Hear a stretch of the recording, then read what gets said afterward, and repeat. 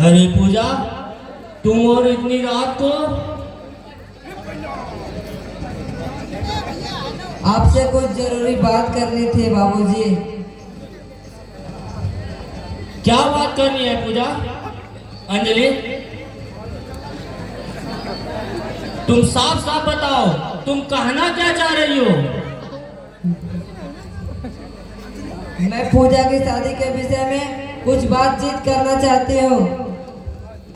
हाँ अंजलि, मैंने भी सोच रहा हूँ कि पूजा का कहीं अच्छा घर देखकर उसका हाथ पीला कर दूं। घर में जवान बेटी को रखना ठीक बात नहीं है, जमाना खराब है। इसीलिए तो कह रही हूँ बाबूजी, अब पूजा की शादी कर देनी चाहिए।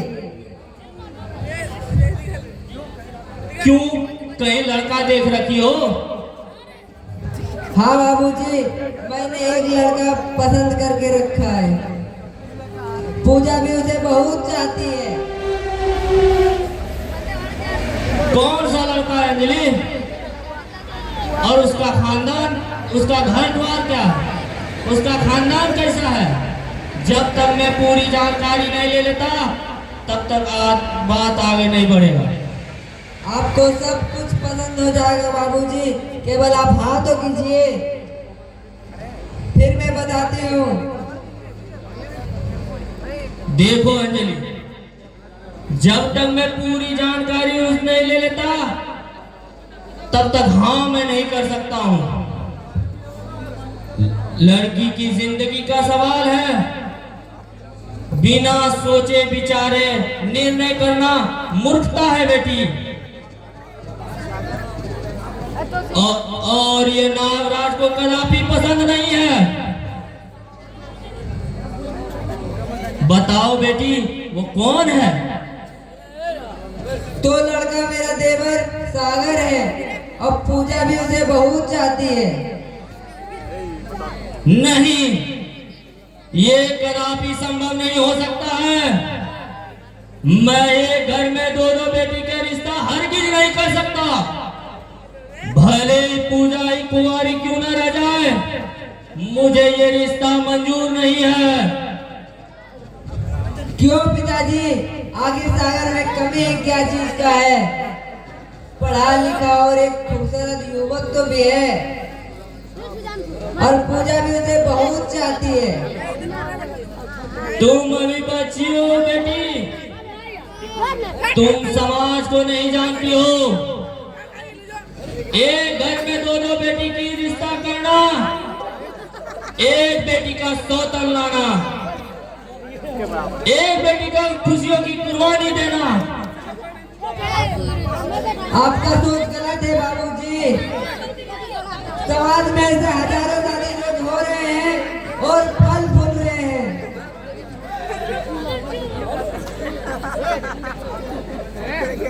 तुम्हें गलत फहमी हुई है अंजलि।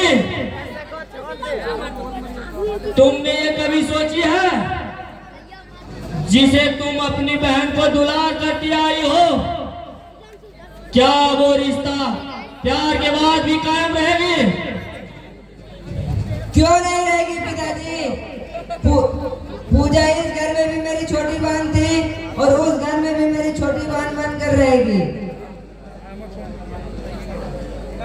मैं मानता हूँ कि पूजा यहाँ भी तुम्हारी बहन है और वहाँ भी तुम्हारी बहन रहेगी, लेकिन तुमने अपने पति के बारे में सोची है? क्या उन्हें यह रिश्ता मंजूर होगा?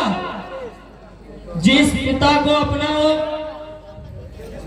जिस पूजा को वो अपना साली मानती थी, दुलार करती थी, मजाक करती थी, उसे वो भावो मानेगी? नहीं अंजलि, नहीं, ये रिश्ता कदापि नहीं हो सकता। मैं अपने पति को मना लूंगा बाबूजी, वो मान जाएंगे। नहीं अंजलि,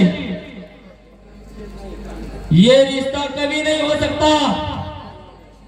यदि ये किसी कारण ये रिश्ता हो भी जाता है तो मैं ये रिश्ते को नहीं मानता हूँ। आखिर क्यों? आपको क्या हो गया बाबूजी? आप पूजा की खुशी नहीं चाहते हैं? मैं भी चाहता हूँ बेटी, लेकिन पूजा से पहले मैं उसका पिता हूँ, इसीलिए मैं तुम्हारा ही खुशी चाहता हूँ। मैं तो इस रिश्ते से काफी खुश हूँ। अंजलि, तुम झूठी भावनाओं में आकर बहक रही हो, लेकिन याद रखना, ये रिश्ता किसी कारण हो भी गया तो सबसे ज्यादा दुख तुम्हें होगी, तुम्हें। उस दिन तुम्हारे आंसू पोंछने वाला कोई नहीं होगा। इसलिए मैं कहता हूं कि अभी भी समय है।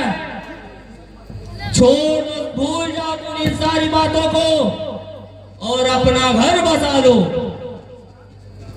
और पूजा की चिंता करना छोड़ दो, उसके लिए उसका पिता है।